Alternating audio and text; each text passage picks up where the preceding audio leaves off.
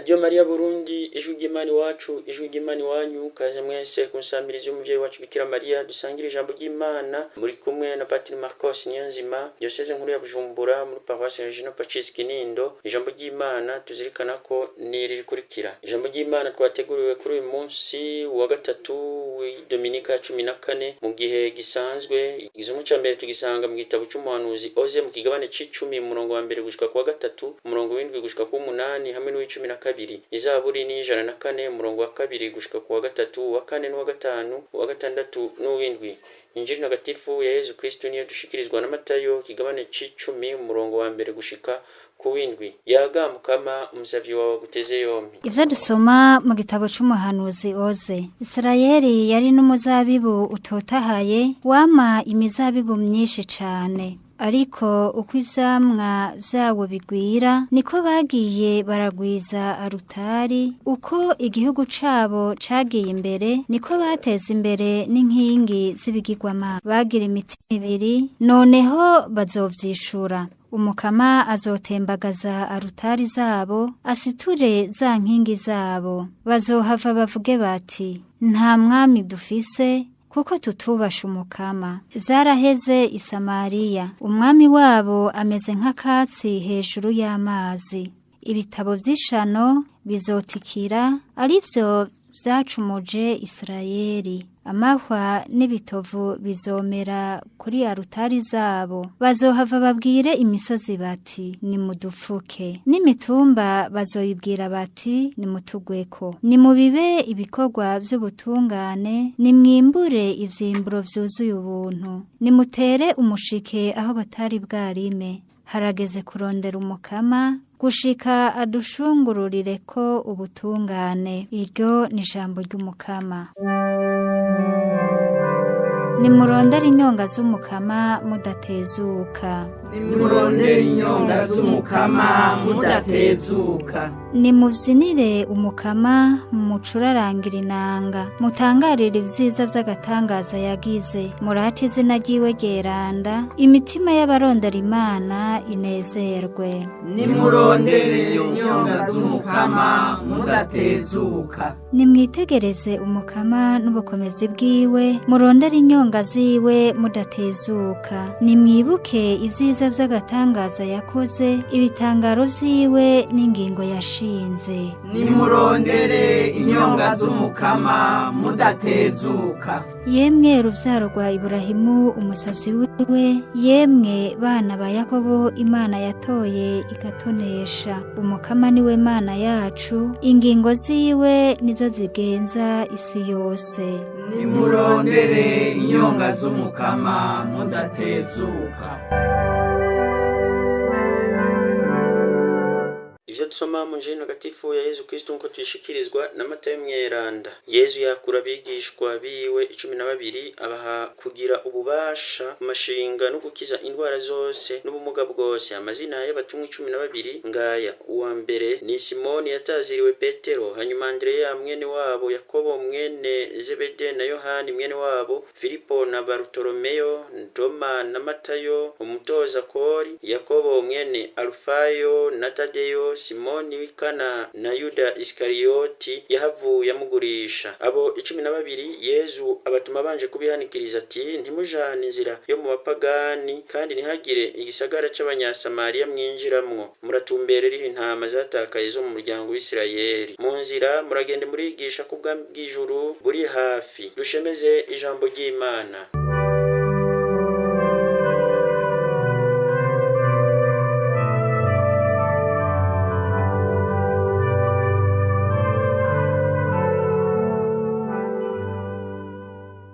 Yezu yakura abigishwa biwe. Bavukanye umukama aratwakura. Umukama araduhamagara ngo tumwegere. Umukama arashaka ko tugumana nawe. Arashaka ko tumubera by'ukuri abagenzi, abakunzi, abatoni, abizigigwa. Umukama araduhamagara ngo tumubera abigishwa. Umukama kandi araduhamagara ngo tumubera abizigigwa. Tube by'ukuri intungane n'abanyakigongwe, dushushe nawe, duse nawe. Araduhamagara ngo tumwegere gose, tugumane nawe mu bunywanyi, tubane nawe dusangira ubuzima. Abamwegera rero umukama arabaha ubutumwa, akabaha ubukuru n'ububasha ku kintu cose gihanga canke kigeramira umutima w'umuntu. Umukama aratanga ubukuru n'ububasha ku ndwara zose, ku bubabare bwose, ku gukomantaza umutima kwose, canke ku rupfu, canke ku mitima mibi yose yogeramira umuntu, eka mbere no ku bigirwamana vyose vyoba bishaka kuboha canke gufatira umuntu mu nzira y'ukunywana no guhura n'umukama. Imana iratanga ubukuru n'ububasha ku bantu. Mwibatisimu twahawe, mwibatisimu twaronse, twaracitse vy'ukuri ingingo za Kristo, dusangiye nawe ubuzima, ari muri twebwe natwe tukaba muri we.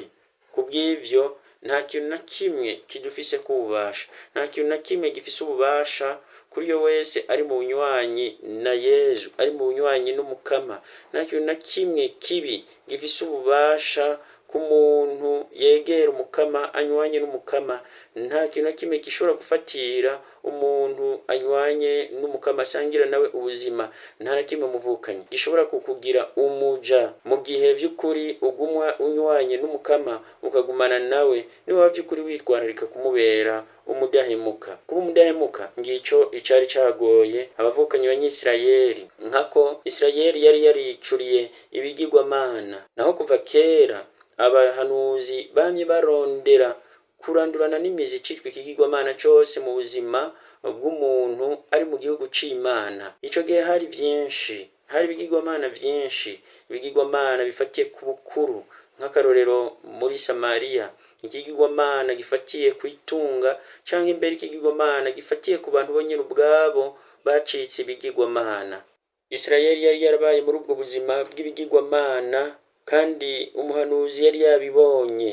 Ubutunzi bwayo, ubutunzi bwa Isirayeli bwatumye ija kure y'umukama, igwiza impimbi kugira ngo yerekane ko iri mu bunywanyi n'umukama, ariko atari vyo. Abayibona iriko irubaka canke ihereza kuri izo mpimbi, kuri za altari z'ibigirwamana canke kuri za altari zemewe, bibaza ko iri mu vy'ukuri mu nzira nziza, mu bunywanyi n'Imana. Abantu bose bayibona, babona iyo Isirayeli nk'igihugu kiri mu bunywanyi n'Imana. Ego Isirayeli yaboneka nk'igihugu cemera, nk'igihugu gishimagiza umukama, ariko vy'ukuri kitagomba kumubera umudahemuka. Novuga nti Isirayeli yagerageza kwerekana uruhendo, ikerekana ko inywanye n'umukama, ishize hamwe n'umukama, ariko mu vy'ukuri yikundira, yicudikiye na Bahari. Nazinkurikizi ku buzima bene ubwo, kubayeho mwene uko ntizibura. Usanga umutima wiwe ugabuye, umutima wa Isirayeli, ubuzima bwa Isirayeli, eka mbere n'akarangamutima kayo byari bigabuyemo kubiri, igice kimwe ku Mana, ikindi gice kwa Bahari. Mbega Isirayeli yoba yakabaye ishobora kunezereza Imana na Bahari? Yoba yarashoboye kuba vy'ukuri yokorera Imana na Bahari? Hari umuntu yoshobora gukorera abashebuja babiri?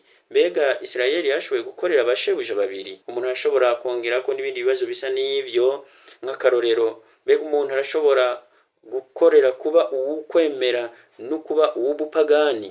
Umuntu arashobora gukorera Imana na Shitani? Mbega umuntu yashobora gukorera Imana n'ifaranga? Yesu atubwira ati nta ushobora gukorera abashebuja babiri. Isirayeli ntiyari ifise bashebuja babiri bonyene, yari inafise benshi. Yari isanzwe itanga amakori, isugerejwe na Misiri, ikongera kandi ikaganzwa ku rundi ruhande na Asiriya, eka mbere n'imbere muri yo ikaganzwa cane n'ibigirwamana vya Bahari. Vyinshi muri vyo harimo icitwa Bethaven, ni ukuvuga ngo inzu y'uruhendo canke inzu y'ububeshi. Ibigirwamana rero bavukanye, koko n'uruhendo, nta kindi bikora atari ugukwega ishavu ry'Imana, bigatuma umuntu yangaza umutima, bigatuma umuntu aja kure y'Imana, mbere bikamukwegera umuvumo n'urupfu. Muri iyi minsi tugezemo, muri iki gihe cacu, turabona ibisa n'ivyo vyo mu gihe c'Isirayeli, yo mu gihe c'umuhanuzi Hosea. Ibigirwamana rero vyarakurikiranye umuntu guca mu myaka myinshi cane. Hano twovuga bimwe tubona biboneka nk'ibigirwamana no mu buzima bwa misi yose: itunga n'ifaranga, canke itunga no ukudahomwa umuntu akaguma arondera kurundarunda itunga n'iryo afise atani igice caryo arakuramwo. Ubukuru canke ububasha hamwe n'ukwihayagiza canke ivyubahiro, ugushimagizwa, ubwiza n'umubiri navyo n'ibindi bigirwamana vya none. Umuntu akishimira ubwiza bwiwe, umuntu akishimira umubiri wiwe, canke ugasanga umuntu ariko arondera gushira imbere umubiri wiwe, ibirora ku mubiri canke ivy'ubwiza. Telefone n'imbonesha kure navyo n'ibindi bigirwamana vya none vyiziziye abantu, bigeramiye abantu, bigatuma abantu batinjira mu bunywanyi n'Imana, bikabafatira bikabakura mu guhura n'Imana. Akazi hamwe no kunonora imitsi vyacitse ibindi bigirwamana vya none, aho mu mwanya wagenewe Imana abantu baheza bakahakora akazi canke bagashiramwo ivyo kwinonora imitsi. Buhoro buhoro umuntu agatera aja kure y'ivyo kurondera umutima canke y'ivyeranda, akaryohera mubiri n'uburyohera umubiri. Umuntu agashira imbere akaryohera mubiri canke mbere ugasanga ahayagiza uwo yumva ku mubiri wiwe ariho yohimbagwa mubonye. Umuryango akaryango umuntu akomokamwo canke inkomoko y'abantu iyo bava, umuntu akishima canke akihayagiza ngo n'umutare, uwundi ngo n'umuki. Umuntu akishima canke akishira hejuru ngo nuko ava mu ntara kanaka canke ava mu gisagara kanaka, ukamengo ivyo nivyo bihambaye, ukamengo ivyo nivyo bituma aba umuntu w'Imana yuzuye. Igihe rero uhivyo vyose agaciro kadasanzwe, ikibanza kidasanzwe, ikibanza cagenewe Imana, ukakigenera ukagihebera ivyo vyose ndondaguye, gushikaho bigukura ku Mana, bigukura kuri ubwo bunywanyi n'iyo Mana, uba wamaze kugwa mu bigirwamana, uba wibera mu bigirwamana. Bigirwamana rero ntitugume twibaza ngo ni ibintu bibi gusa, n'ibintu vyiza birashobora kutubera ibigirwamana. Ibigirwamana abantu, ibigirwamana biri kwinshi n'abantu bashobora kukubera ibigirwamana. Ibigirwamana rero birakubuza kurangura neza ubutumwa washinzwe, ubutumwa wahawe na Yesu, ubutumwa wahawe n'Imana, ubutumwa ufise ngaha kw'isi. Bikagufatira, bikakuboha, bikagukwegera mbere ukwanka buhoro buhoro ivyeranda utarinze kuvyerekana. Ivyo navyo bikagukwegera buhoro buhoro kugenda winyegeza canke wihisha, bikavyura muri wewe ubwiyorobetsi, nabwo bukagukwegera ugufata inzira y'ubupagani bitarinze kuboneka. Mbere rimwe na rimwe bikarangira ari uko vyakwigaruriye, bigateba bigaseruka. Umukama ntashaka ko ufatirwa n'ikintu na kimwe. Umukama ntashaka ko hagira na kimwe kikubuza kwinjira mu bunywanyi nawe.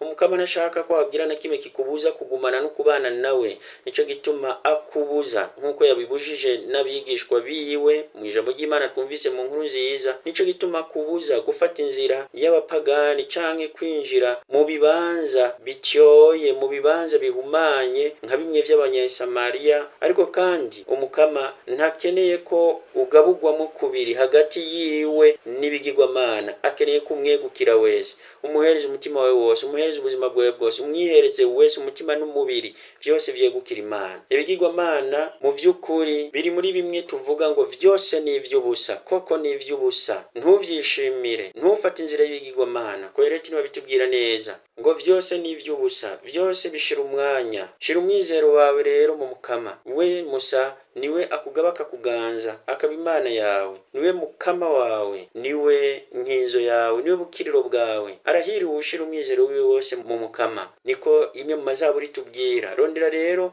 kuba umwizigirwa w'Umukama, kuba uwizigira Umukama ijoro n'umutaga, ibihe vyose vy'ubuzima bwawe. Niwakuri wawe rero ivyo bigirwamana, uzobona umugisha n'umuhezagiro, uzobona vy'ukuri ivyiza Imana igukorera mu buzima bwawe.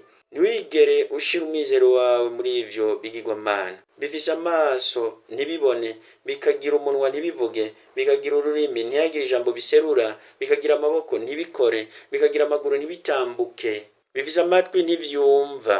Ivyo bigirwamana bikwega kandi bivyura mu muntu ukwibagira vy'ukuri ko ari kumwe n'Imana canke ari imbere y'Imana canke ko Imana iri mu buzima bwiwe. Bigatuma kandi ivyo bigirwamana bibaho umutima w'umuntu, bikamujana kure. Wewe uvyizigira uvyishimira, ubiha agaciro, wibuke kandi umenye neza ko impera n'imperuka bizogwa, bizosanzara. Ntibishobora gutuma umutima wawe utera imbere, ntibishobora gutuma vy'ukuri uhimbarwa, ahubwo birakuboha bikakugira umuja, bikagukwegera imiyaga itandukanye. Waba uvyishimira cyangwa utavyishimira bizohera, waba ubona ko bikomeye cyangwa bidakomeye ivyo bizohera, kuko si ivyo vyakuremye kandi ntiwagenewe vyo. Ngo igishuri ca Samariya kizogwa, gisanzare, gicika ubunywenywe. N'amajambo bene ayo dusanga mu gitabo c'umuhanuzi Hoseya mu kigabane c'8 umurongo wa 6. Mu buzima bwacu bwa misi yose turamagariwe rero kwama tugavye kugira ngo ntihagire na kimwe mu bigirwamana co kwigera kitwigarurira canke ngo kitugire ku bubasha. Ntihagire na kimwe mu bigirwamana co tubuza kwinjira mu guhura na Yezu. Ntihagire na kimwe kidufatira, ntihagire na kimwe gifatira umutima wawe canke ngo kibohe umutima wawe canke ngo kikwigarurire ngo kikubuze kwibanira n'ukwinywanira na Yezu. Vyirukane mu buzima bwawe, vyirukane mu kubaho kwawe, uvyirukane mu buzima bwawe. Imana yakugeneye ubwami bwayo, bwa bwami uhamagariwe kumenyesha. Imana yakugeneye gusangira nayo ubuzima budahera, kwamana nayo, kuba iruhande yayo. Niwemera ukayumvira, niwemera vy'ukuri ukayibera umwizigirwa, umudahemuka. Amen. Mukama wewe Mana yacu, wewe utugabuka tuganze, wewe watwiremeye, dukingire ntihagire ikigirwamana na kimwe kitwigarurira, ntihagire ikigirwamana na kimwe kidukorako. Nudufashe uduhe ubukomezi bwo kwirukana icitwa ikigirwamana cose mu buzima bwacu, tuze tuberwe no gusangira nawe ubuzima budahera aho vyagiye mw'ijuru. Amen. Nimwumvirize